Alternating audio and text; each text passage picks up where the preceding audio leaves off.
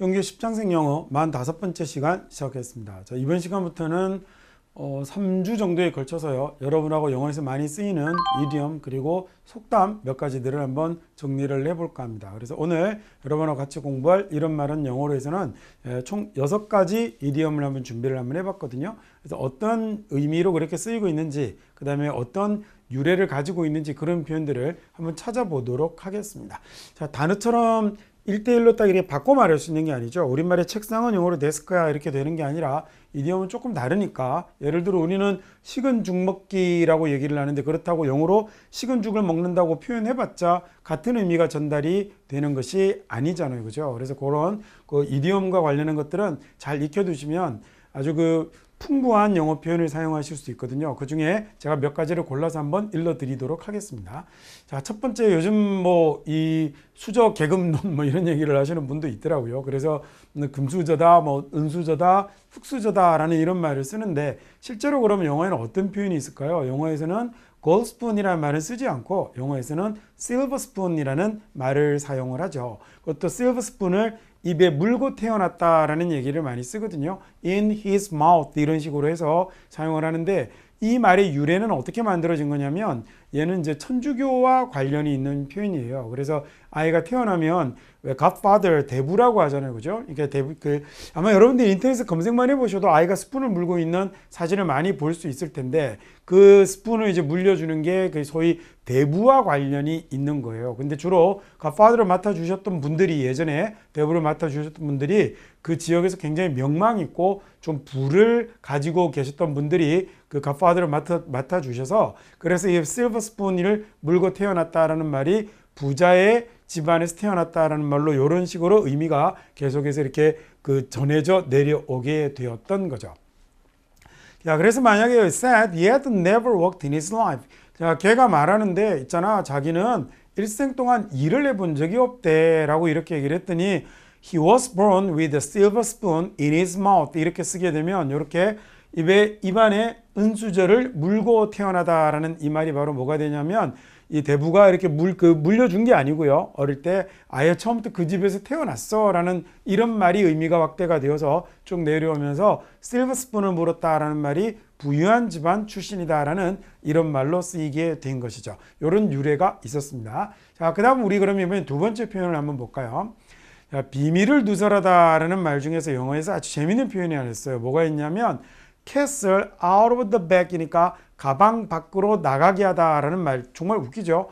이 고양이를 가방 밖으로 나가게 하다, 고양이를 가방 밖으로 내놓다라는 말이 왜 비밀을 누설하다라는 말로 사용이 되었냐면요, 이 중세 시절에 정말 나쁜 상인들이 돼지를 팔면서 그 돼지가 아닌 고양이를 몰래 집어넣은 다음에 이 가방을 묶어서 그 다음에 이게 돼지다라고 속여 팔았던 데서 유래하는 표현입니다. 그래서 아주 비싼 값을 받았는데, 그리고 당연히 그러면 이거 가지고 갈 때 이 가방 푸시면 안 됩니다. 백을 푸시면 안 됩니다 라고 얘기를 했었겠죠. 그러다가 이거 만약에 백을 풀게 되면 안에 있는 게 돼지가 아니라 고양이라는 사실이 들통나는 거잖아요. 거기에서 백 밖으로 고양이를 내보내다라는 말이 비밀을 누설하다라는 말로 쓰이게 된 겁니다. The rumor that Mr. Choi was secretly engaged to Jane 이라고 하면요, engaged to라는 말이 무슨 말이 되는 거냐면 약혼하다라는 말이거든요. 그래서 최 씨가 몰래 죄인과 약혼을 했다는 루머가 circulated 이라고 하면 돌다라는 말이 되는 거예요. 자, 이렇게 얘기를 했더니 그 다음에 who was it? 도대체 누가? 라는 이런 얘기입니다.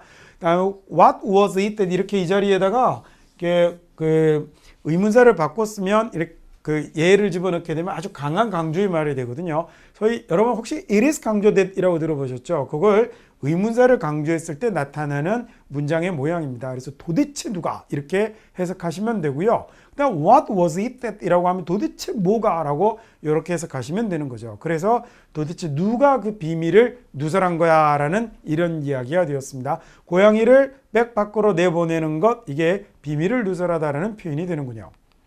자, 세 번째 표현에 이를 악물고 라는 표현의 영어에 아주 재밌게 bite bullet, 총알을 물고 라는 표현이 있습니다. 이 총알을 물고 라는 표현의 유래는 예전 미국의 남북전쟁 시절에 이게 상처가 나거나 부상이 났을 때 이게 의료가 많이 발달하지 않았잖아요. 그리고 당시에 뭐 여러 가지 병원들이 지금처럼 발전이 되어 있던 것도 아니어서 현장에서 급하게 수술을 하거나 치료를 해야 될 경우에는 너무 아팠겠죠. 그렇죠? 너무 아파서 그때는 이제 소리를 지르지 못하게 왜 이렇게 나무 같은 거 이렇게 물듯이 총알을 물고 그리고 위스키를 먹여서 술을 먹이고 총알을 물게 한 다음에 치료를 했던 데서 이를 악물고 고통을 참고라는 말이 bite the bullet이라는 말로 사용이 되었던 겁니다. I don't understand. 나는 이해가 안 되네. Mr. Chess lecture error. 최 씨의 강의가 전혀 이해가 안 돼 라고 얘기를 했더니 just bite the bullet. 그냥 꾹 참어. 이 악물고 pay attention to his words. 그 사람 말에 주의를 집중해봐 라는 이런 말이 된 거죠. 네 번째 표현 가보도록 할까요? 어리숙하다라는 말 중에서 이게 어떤 표현이냐면 재밌는 게 어제 태어났다라는 이런 표현이 있어요. 그래서 이건 느낌이 바로 오시죠? 어제 태어났다라는 말이 어리숙한이라는 말로 쓰이는 것. I know what you're trying to do. 나 알고 있어. What you're trying to do. 네가 뭐 하려고 하는지 다 알아. I'm not fresh off the boat. 내가 배에서 갓 내린 게 아니라고 라는 이 얘기도 같은 표현입니다. 자, 지금 멀리서 들어왔던 사람들이 이게 또 이제 미국에 처음 이주해 왔던 사람들이 갓 배 타고 아메리카 신대륙에 내렸던 사람들을 많이 속여 먹고 했던 데서 유래한 표현이거든요. 그래서 fresh off the boat라고 하면 배에서 갓 내렸다라는 얘기는 주변 사정에 익숙하지 못하고 능숙하지 못하고 좀 어리숙한 이런 것을 fresh off the boat라고 해요. 제가 일부러 한 표현 더 넣었습니다. I was not born yesterday. 나 어제 태어난 거 아니라고. 나 그렇게 바보 아니라고 라는 말이 되는 거예요. 자, 그 다음 다섯 번째 이디엄 가보겠습니다. 대결하다라는 말이에요. 이건 쉽죠. 칼을 탁 이렇게 하다라는 왜 옛날 중세 시절의 영화 이런 거 보면 뭐 이렇게 많이 하잖아요. 거기에서 crosswords라는 말이 대결하다라는 말로 쓰이게 되고요. 칼을 겨누다라는 이 말이 칼을 겹치다라는 이 말은 그래서 뭐 이렇게 토론, TV 토론이라는 데서 막 격론을 벌이고 논쟁을 벌이는 이런 데도 crosswords라는 말을 쓸 수 있습니다. 그러니까 최 씨가 show this middle finger to me. 걔가 나한테 가운데 손가락을 내밀었어. 걔가 나한테 욕을 했다고. 그랬더니 I will cross words. 내가 결투를 할 거라고. with him tomorrow. 내일 걔하고 결투를 할 거라고 라는 이런 말이 되는 거죠. 이처럼 누구누구와 대결하다라고 할 때 with somebody를 사용하시면 됩니다. 자, 오늘의 마지막 표현 여섯 번째 거 가보도록 하겠습니다. 본심을 드러내다라는 말이에요. 본색을 드러내다라는 말에 show one's true colors라는 이런 말을 쓸 수 있습니다. 자, 이게 무슨 의미냐면 조심하실 건 여기서 컬러는 색깔이 아니고요. 얘는 뭐냐면 깃발입니다. 깃발. 흔드는 깃발을 얘기하는데 얘는 이제 전쟁의 역사와 관련이 있어요. 전쟁의 상황과. 그래서 이게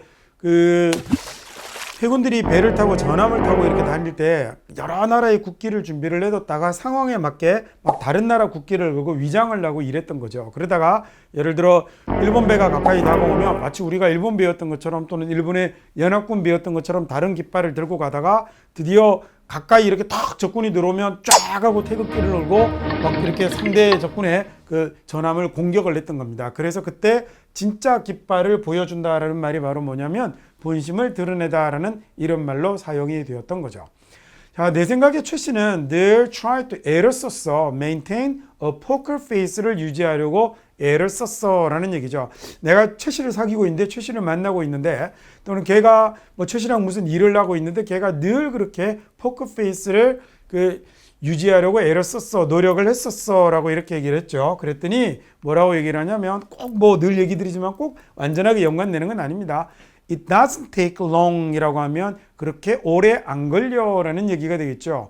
For men, 남자들이란 to show their true colors, 본색을 드러내는 것, 본심을 드러내는 것, 오래 안 걸려 라는 이런 말이 됐습니다. 자, 오늘 우리 이렇게 6가지 이디엄들을 한번 배워봤는데 이디엄을 잘 기억을 하시려면 제가 설명드렸던 그 배경의 내용을 머릿속에 가지고 계시는 게 잘 기억을 좀 오래 지속시킬 수 있거든요. 그래서 그냥 공부하지 마시고 이 표현들은 제가 말씀드린 배경과 연관을 지어서 기억을 하시는 게 좋겠습니다. 자, 다음 46번째 시간에 두 번째 또 재미있는 이디엄 6가지를 들고 찾아오겠습니다.